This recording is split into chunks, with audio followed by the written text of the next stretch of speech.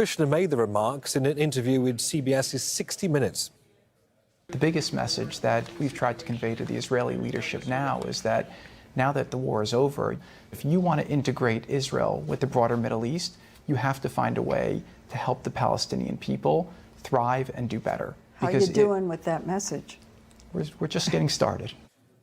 Well, dperry is the former editor of the Associated Press in Europe, the Middle East and Africa. He's also the publisher of Ask Questions Later on Substack.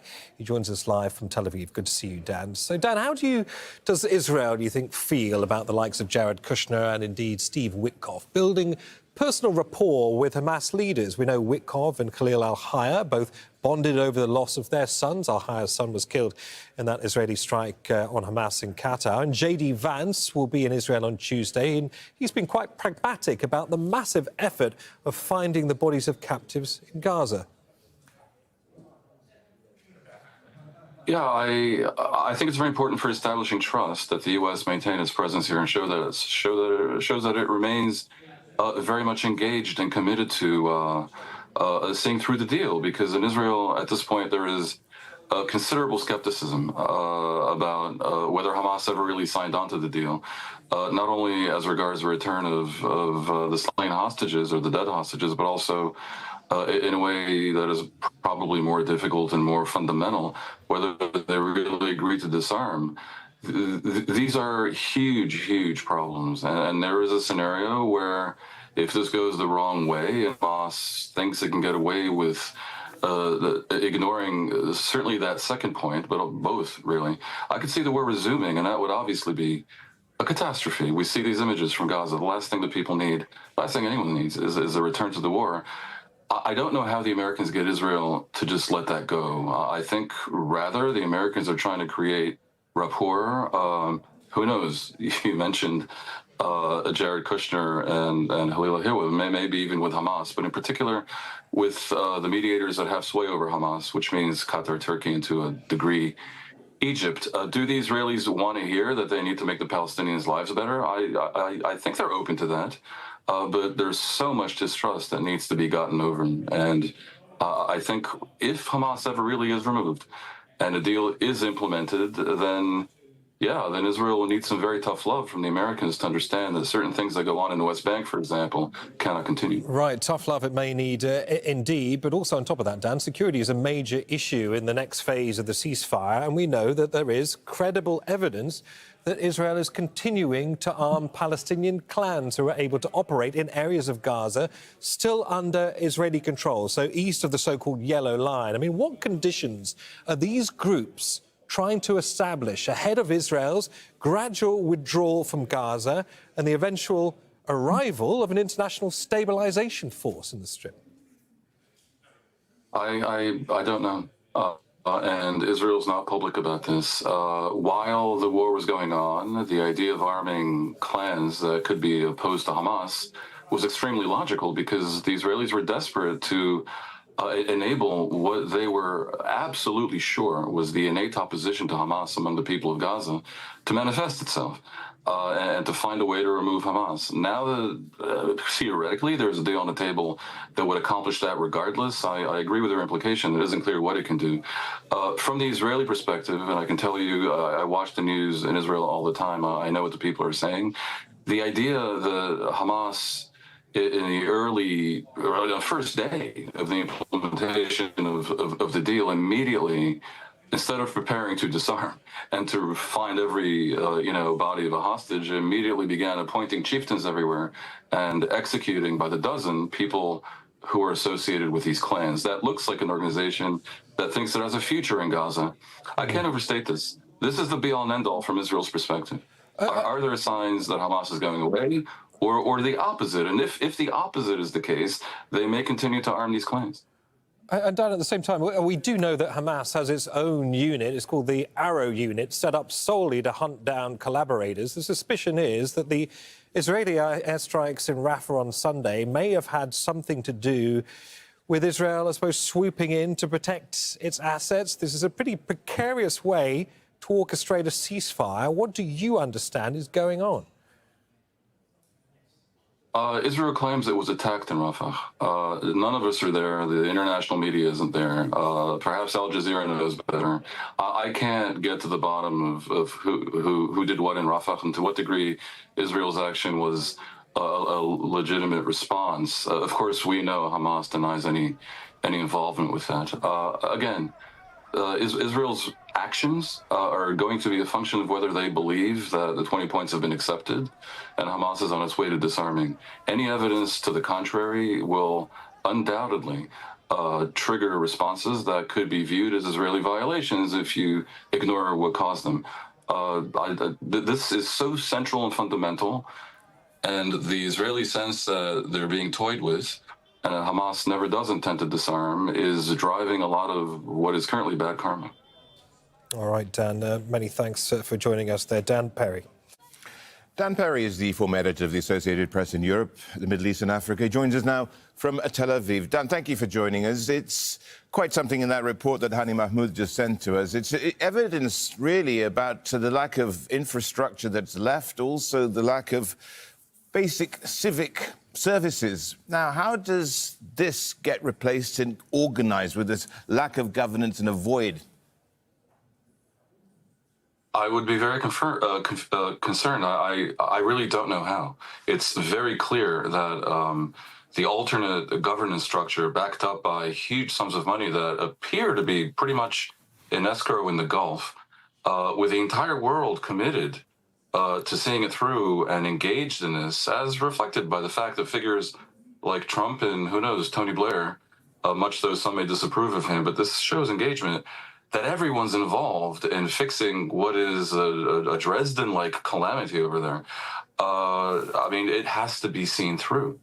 And absent that, I don't know what you do. The Saudis, I believe, have made clear that they're not going to send money for reconstruction unless Hamas is gone. The Israelis have made clear they're prepared to walk away from the deal, or at least from their own commitments as regards opening the gateways to Gaza, the ones they control, and of course the humanitarian side. It's very clear that there are manifold regional impediments to doing what needs to happen. I can only hope that all the players involved, from the Western mediators and the Americans that are so engaged, and we see, of course, three major American figures in Israel today and tomorrow, Vance, Kushner, and Witkoff, and the Saudis and the Qataris and the Egyptians and the Turks, they have to unblock this. The plan was the 20-point plan, and all 20 points need to be implemented. Dan, so you've got these interlocutors turning up. We've already got Kushner and Witkoff, I believe, in Israel, and J.D. Vance is arriving too. What's the message that they are likely to be bringing? And secondly, what is Israel's take on this? Look, the Israelis are in a state of confusion about whether there really was a 20-point plan or was it a one-point plan with the return of the hostages, living hostages, and an effort to sort of get them to accept a deal that really has been on the table for over a year, which is end of war for the hostages. I'm putting aside for one moment the issue of the dead hostages that Hamas claims with only minimal credibility to have lost. They're confused. And if it turns out to be just the one stage, and I think they're unenthusiastically prepared to go back to war. Bibi does not want to go back to war because the Israeli public is sick of the war, and he has elections coming up not so long from now. So the previous calculation where everyone suspected he's prolonging the war to preserve his government, which is dependent on far-right fanatics that want the war, but are a small minority in the country, that flips around when elections are imminent. I think he wants an end to the war, and the people of Israel most certainly do. But the dissonance is that they also have trouble letting go of the idea that they cannot have Hamas across the border, living to fight another day and threatening them once more. Hamas has been saying they'll do more and more October 7th.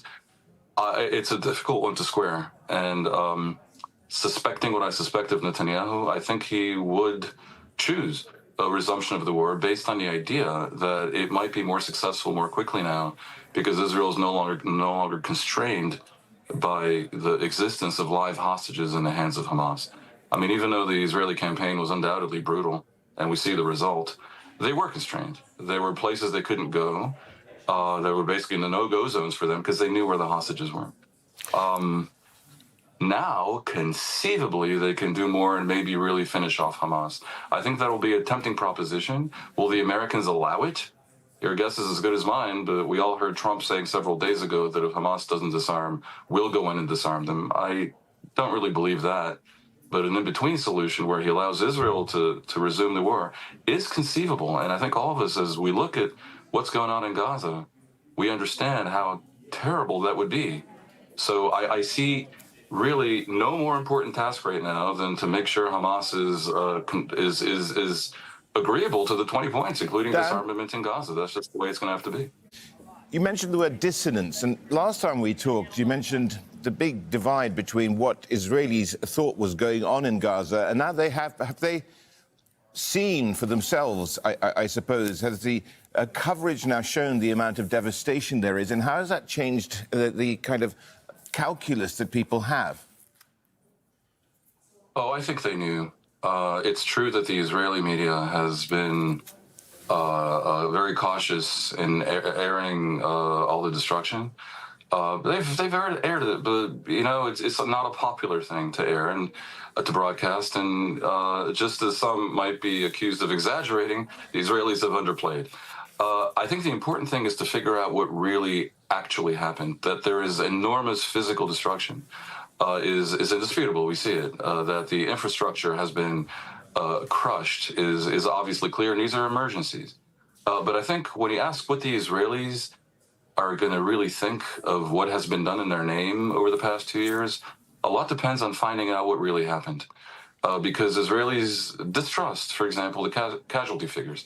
And honestly, they should. I mean, these are figures coming out of an area that is unfree. I wouldn't trust casualty figures coming out of North Korea. So now that the media can go in and investigate more, now that NGOs by the truckload are going to be going in there with free access and no fear of Hamas militants of any kind and no fear of the war, the truth, I think, or something closer to the accurate truth will come out. If it's as bad as what's been reported, I think Israelis are going to have to do some introspection. As I say, currently the suspicion is that much of the discourse about the degree of destruction done in the war was propaganda. And they tend to believe voices, for example, coming out of the U.S. War College.